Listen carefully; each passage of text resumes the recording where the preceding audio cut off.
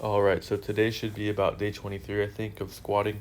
Although it hasn't been every day, it's been almost every day. So, anyway, it's good enough for me. I'm just trying to do my best to be consistent, and hopefully soon I'll be able to do it every day. So, today I wanted to share something, an experience that you're going to find out, like you're going to see it later in the workout. But um, basically, before I go into the experience, I wanted to kind of give some context. So, the way I think about my workout, the way I approach it, think of your nervous system as having like a battery level. Let's say it's like the charge on your cell phone. And just like an iPhone or whatever phone, like when you get down to 20%, it warns you that your battery's low. Then again at 10%, and then after that, it'll just kind of turn off if it gets too low. I think the nervous system works similarly. And so your nervous system, when you wake up, has a certain charge. Let's say it's not at 100% every day, but it's generally like around 80%. And so when you wake up, you have different tasks and different things, like physical exercises that like include walking, sitting, standing, moving things or whatever. And then there's your workout as well. And your workout is where you target your muscles and your different systems in your body in a specific way in order to deplete your energy. But then in doing that, you tell your body and condition your body to need, like your body's gonna realize it needs more, let's say muscle mass, muscle density, whatever it needs, your body's gonna adapt. And so anyway, there's different movements, different exercises, and each one has its own like cost. Each one will take a certain percentage out of your battery. Anyway, so what happened to me today was that I hit 205, and that's like my warm up. That's like my last squat before I get into my top sets. It's the end of my warm up, and so today as I hit 205, I had the thought come to me like I could totally do 255. Like it's a 45, a 35 on the bar already. I could just slap on another 25 on each side, and I could do it. And in my mind, I know I've done it before, but I thought like, well, this week's been kind of like an off week because I did go heavy like once or twice this week, and so my body already feels kind of tired. I don't know if I should try that. I should. I don't. And I was talking myself out of it basically. My reasoning was that if I fail, I don't want to drop the bar on the ground because I haven't failed a squat, up until now because the bar I have is not super great, and I don't want the weights to break anything on the floor, or I don't even want the weights to break. So it's like I have all these doubts in my mind. So what ended up happening is that as I got past 205, I went to 225, 235, 245, and I finished there. And it's like the extra three sets I did to avoid going heavy, kind of depleted the extra energy that I could have used for a heavy squat. And so it's just a lesson learned. I don't need to be mad at myself. It's just something that I need to improve later. But that's what I wanted to kind of get across is this point that your nervous system is capable of alerting you to potential threats and dangers, but you should also listen to your body when your body's telling you that it's good to go for something that might seem difficult. Like my body told me today I had enough reserve energy that I could attempt a 255 squat for one rep, and I probably could have done it honestly, but I just decided not to. So it's up to you every single day how you want to use that energy, the battery in your charger or like in your yeah, in your nervous system. You got to use that in any way you see fit. Whatever you see is the best way to use it, you can do it. The beauty of it is that you're probably not going to do it 100% correctly every single time, which means that every day you wake up, you have a new opportunity to do something that you didn't do before, that you kind of left out, or that you either forgot to do or weren't able to do. Every day is a new chance to do something that you haven't done. So, anyway, that's all I wanted to share today. So, I'm finishing up on the split squats.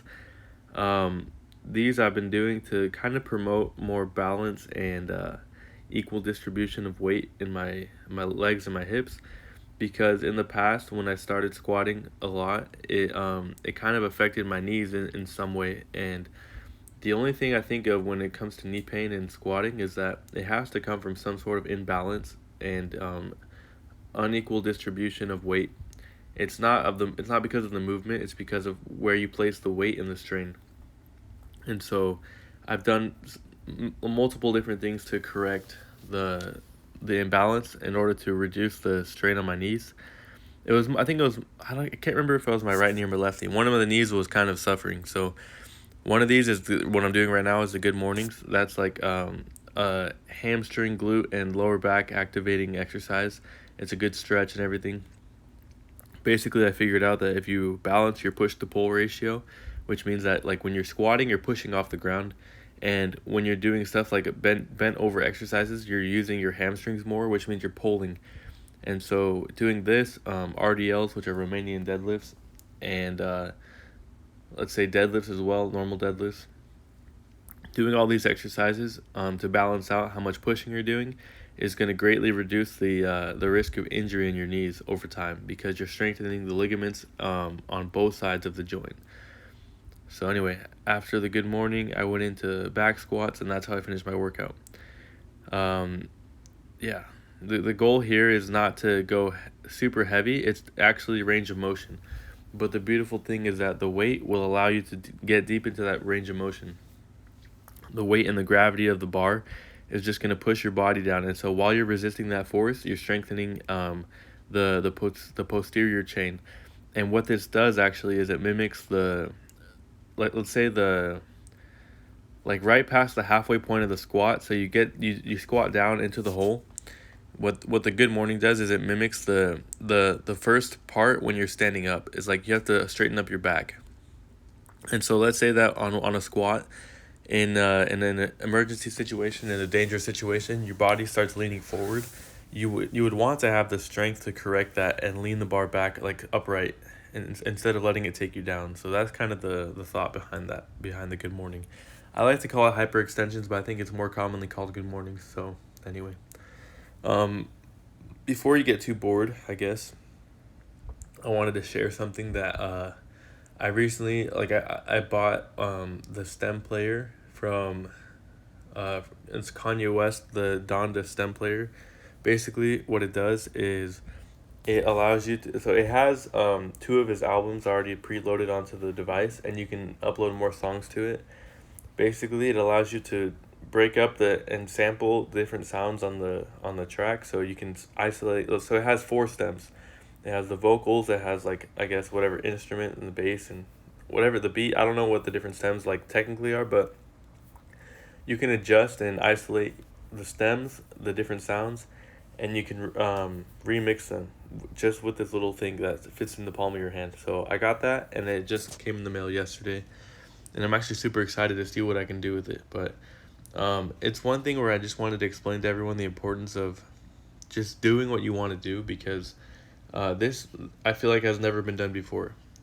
Normally what I can do with the stem player, it would take lots of expensive equipment, things that cost like hundreds and maybe $1,000 or whatever, like per thing. Like you got to get a good computer, you got to get all the equipment that will allow you to look at the sound and manipulate it. Basically, Kanye West took that and put it into one single device that cost me $200. But what I can do with it is, like, the possibilities are pretty much endless in my opinion.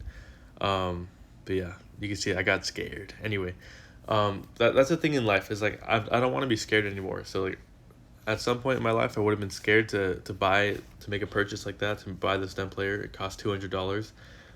Like for me, that's half a paycheck basically, and like weekly I'm making like around 400 something dollars.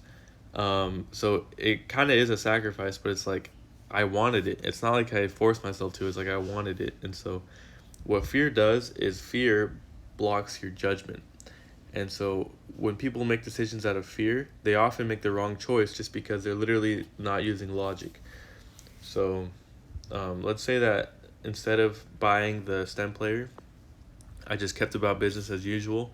Yesterday I also bought an ice cream, and it was like a gelato ice cream that cost $5.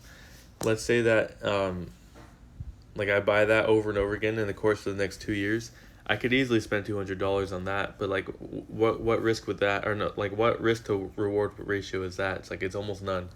I'm risking the $200 still and getting no reward. So it's like, to me, it doesn't make sense to not buy things or do things that you want to do. If you really want it and you think it's gonna bring some kind of positive influence to your life, just go after it is my idea. So I just think it's incredible, and it's telling that like someone like Kanye West, who's so creative and so inspired, that when God blesses him with the money and the success that he's had in like the music and fashion industry, he's been able to accumulate wealth well over billions of dollars. Like he's had, I think he's maybe up to around $10 billion in net worth right now. I'm not exactly sure, but now he's at the point, like his whole life he's been having to rely on other people, and he's had to fight for what he wants to produce, the content he wants to make, the product he wants to make. And now he's at a point where like he can finance himself, he can support himself, and with billions of dollars, he literally had an idea and he made it happen. And so I love that. And I think it's something that I want to do in my life, is just materialize things, and manifest like the whatever genius designs that we all have in our hearts and our minds, which we all do. I think we should be able to have the opportunity to manifest them. And so that's what we should all do, is my opinion. Anyway, that's it for me. Thanks for listening to another boring rant. I hope you guys have a great day.